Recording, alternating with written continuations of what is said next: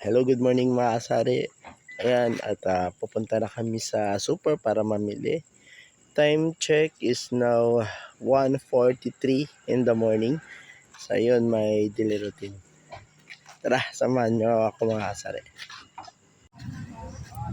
So, mga kasari, ako in charge sa mga gulay. Si ate naman yung in charge dun sa mga lulutuin niya. So, ako kasi idadagdagan namin yung paninda ng mga gulay. So, ako nakatoka dun.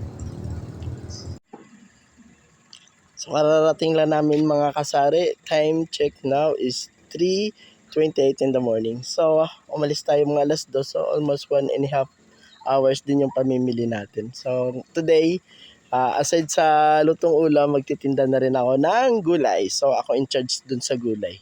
Kaya mamaya samahan niyo ako mga kasari kasi hindi ko pa alam yung presyuhan.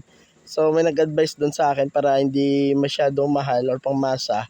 Sa bawat kilo doon add lang ako ng 10 to 15 peso bawat kilo. So, ganun yung sistema daw. Para kasi ang gulay, pag hindi din siya mabili, malulugi ka din. So, mabilis din siyang matuyot. Sabi nila, ibasahin ko daw ng tubig para parang fresh pa rin ulit. Dito na tayo sa bahay mga kasari. Kararating lang namin galing sa palengke. So, yung menu namin for today is hipon. Sinigang na hipon. Ano pa menu natin lang? Pansit. Pansit. Pansit gisado. Menudo. Chorizo. Yung chorizo. Chicken pastil. Ampalaya. Tsaka ampalaya. Tsaka chicken pastil. Tapos ako naman, in charge ako sa pamimili ng mga kakanin. Ito. Ang daming gulay. Yan. Mamaya i-display natin doon. Meron din akong saging. Ayun mga kakanin. Gulay ako naman in charge dito. Yung kapatid ko babae, siya tagaluto. Tapos at the same time, siya din yung nagtitinda doon. Tapos yung pamangkin ko, mamayang hapon pa yun kasi kagabi, pupuyat yun kakagawa ng pastil. Siya naman in charge doon sa sa siumay. Ayun, siumay tsaka yun, siumay sa kanya siya tagaluto noon. Tapos yung pamangkin kong babae, siya naman in charge doon sa halo-halo. So bawat isa sa amin meron kaming task. Tapos yung driver namin, si Peter, siya naman maghahatid ng mga paninda natin gaya ng mantika at itlog. At ayun, tapos si Kuya, yan, siya tagahugas. So bawat buong pamilya may task. Tapos yung mga bata, kasi busy na, sila tagalinis sa bahay. Tapos ako naman, mamaya pupunta doon ng alas 6. Bago ako pupunta doon, pakakainin ko muna si tatay, painumin ng gamot. Tapos mga alas 9, babalik ako para paliguan si tatay. Ako naman nakatoka kay tatay, in charge naman ako doon sa pag ng gamot, papakain, papaligo. Ako in charge kay tatay. Gusto ko hands-on ako kay tatay kasi ang bigat ni tatay, hindi kaya ng kapatid kong babae. Kagabi natumba sila dalawa. Actually natumba din kami dalawa kagabi ni tatay kasi akala ko kaya ko siyang buhatin. Buti ako yung unang kaya sumakit yung likod ko. Buti hindi siya nasaktan. Mabigat si tatay kaya hindi ko pwede asa sa kapatid kong babae kaya ako yung hands-on dun kay tatay. Tapos pagkatapos na okay na si tatay, all set na, babalik naman ako dun sa babantay ulit ako dun or magdi-deliver din mamaya. So multiple tasking tayo mga kasari. So kailangan. So ayun, good luck sa first day namin sa gulayan. Kasi ako in charge doon. So galing dun sa super, magdadagdag lang ako ng 10 to 15 peso per kilo. Kasi hindi ko rin alam, first time ko na magtinda ng gulay.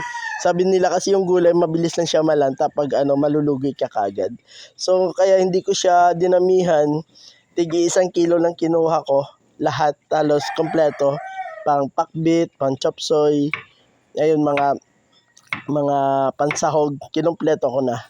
Pero tigi 1 kilo lang kasi araw-araw naman kami pupunta dun sa super. So para kahit papano, araw-araw fresh yung paninda natin, hindi siya yung nasisira. Nasisira tayo ng paninda kasi lugi na agad yun. Tapos kumuha din ako ng saging. Yung dahan-dahan nag-upgrade tayo mga sari. Nakakatuwa din pala kasi pagdating sa pagnenegosyo, hindi mo talaga malaman kung hindi mo talaga susubukan kasi minsan pag sinabing, nagtitinda lang yan ng gulay, parang ang dali lang.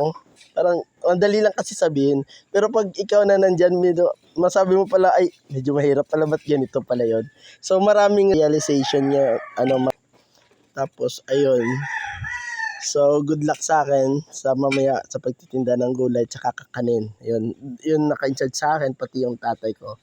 Tapos yun, yung kapatid ko naman, sa umaga, siya magluluto, magbibinta siya doon. Tapos sa hapon, mag-prepare na siya ng mga siumay. Siya naman in charge doon sa mga siumay kasi handmade siya talaga gumagawa kaya masarap, pati fishball, hindi siya yung nabibili lang. Siya talaga gumagawa kaya binabalik-balikan din ng customer. Ayun, so sana makabinta tayo ng marami mamaya. At anyway, mamaya pala, good news talaga mga kasari kasi may nakakuha akong susuplayan ng mantika. Bali, kahapon kumuha siya ng 5 containers, tapos nung nagbayad siya, sabi niya bukas dideliveran ko din siya ng 15 containers. So malaking bagay talaga yun mga kasari, 15 containers. So bali, sa isang araw, 2 araw, naka 20 containers yung na-dispose natin. Malaking pera na din yun. Tapos yung isang suki ko sa Oton Public Market, nakita kami sa super kanina. Tapos ayun, sabi niya, kasi huling deliver namin doon 3 days. Nag-deliver kami doon ng 20 kilos na na oil. Naubos din daw agad. So ang bilis lang din ma-dispose sa kanya. So mamaya after namin deliver doon sa Mandurria Public Market, didiretso kami sa Oton Public Market. So ayun, nakakatuwa kasi kailangan talaga din yung mind mo. Kaya ako minsan halos hindi rin ako makakatulog kasi kagaya niyan, 2:00 pumunta na kami sa super, tapos busy-busy na. Lahat, makaka-relax na ako niyan mga 1:00. Makaidlip-idlip ako. Tapos yung kapatid ko, siyempre nagpupuyat din siya. Puyat din siya kaya kailangan niya rin magpahinga. Kailangan din natin ng katawan natin ng pahinga kasi mas malaki gagastusin natin pag magkasakit tayo.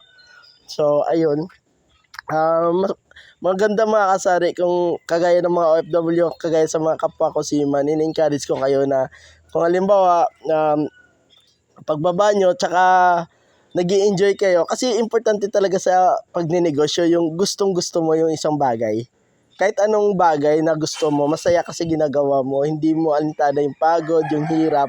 Nakaka-challenge siya actually.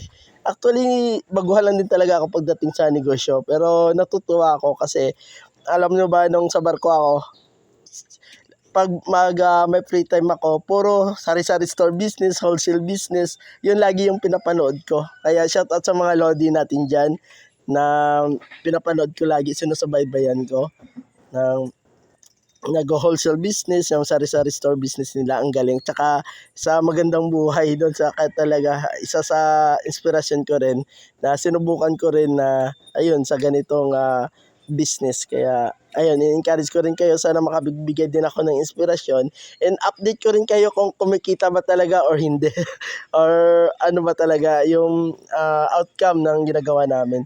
Kagaya nito sa pagluluto, mga kasari, ang laking bagay. Alam mo ba, nung dati, hindi pa yung kapatid ko, hindi pa kami nagtitinda doon. Araw-araw kasi sa bahay, ang dami namin, 11 kami lahat. So ako lahat yung nagbabudget ng pagkain namin, bigas, pagkain, tubig, halos lahat-lahat. Kaya sabi ko, siguro mga 5 months wala na akong pera, ubos na kasi grabe yung expenses, tapos may binabayaran pa akong sasakyan. Sabi ko, saan ko naman kukunin yun? Alam niyo ba mga kasari, sa isang araw, sa pagkain pa lang, sa ulam, naka-spend ako ng 600 to 700 per day. Sa ulam lang yun per day. Tapos wala pa yung bigas doon. So kahit gaano kalaki yung pera mo, pag wala kang income, talagang sisimot ka talaga. Mauubusan ka talaga. Kaya nung simula nagluto kami, nasusolve niya na yung namin, yung pagkain araw-araw. Hindi na ako naglalabas ng pera kasi yung tubo niya, may tubo din kami, at the same time, yung pagkain namin mula umaga, tanghali, gabi, nasusolve niya na nakukuha na namin doon. Kaya malaking bagay din talaga. Kaya natutuwa ako. So, sabi ng kapatid ko, madaldal daw ako. Kaya ito yung task niya sa akin, yung hipon daw. Ano tawag dito na? Anong gagawin? Tanggalan ng ito. Ano? Okay na. Ibabalik na. Ay, babalik na to sa rep. Okay. So, yun yung task ko. Ibabalik ko lang daw sa rep. Okay. Mga kasari, salamat. Mamaya ulit update ko kayo.